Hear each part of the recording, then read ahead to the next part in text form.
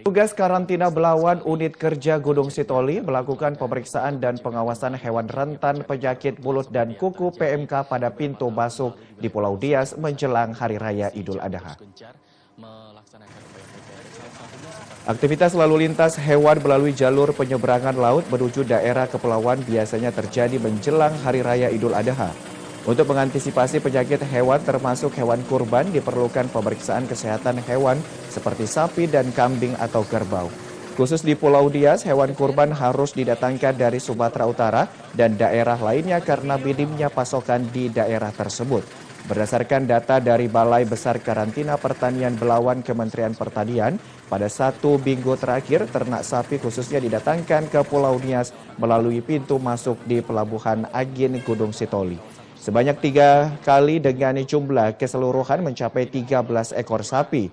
Petugas karantina Belawan Unit Kerja Gunung Sitoli telah melakukan pemeriksaan dokumen kesehatan pada setiap hewan yang rentan dengan penyakit PMK untuk mencegah penularan serta dampak negatif saat dikonsumsi masyarakat. Jadi dalam pengawasan hewan rentan PMK ini dalam menjelang Idul Adha, kita di sini melakukan pengawasan pertama pemeriksaan dokumen, kelengkapannya yang terkait dengan KH11 sertifikat kesehatan hewan. Selain itu di lapangan kita lakukan penyemprotan desinfeksi yang gunanya untuk meminimalisir HPHK yang masuk ke Pulau Nias. Hingga saat ini ada berapa ekor ternak yang datangkan? Untuk sejauh ini sapi udah 3 kali pemasukannya dengan total jumlah itu 17 ekor.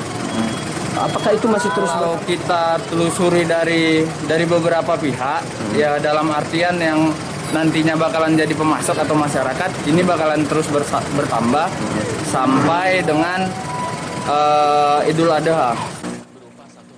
Sejumlah pengurus BKM Masjid di Pulau Dias masih membutuhkan pasokan hewan kurban jelang Idul Adha.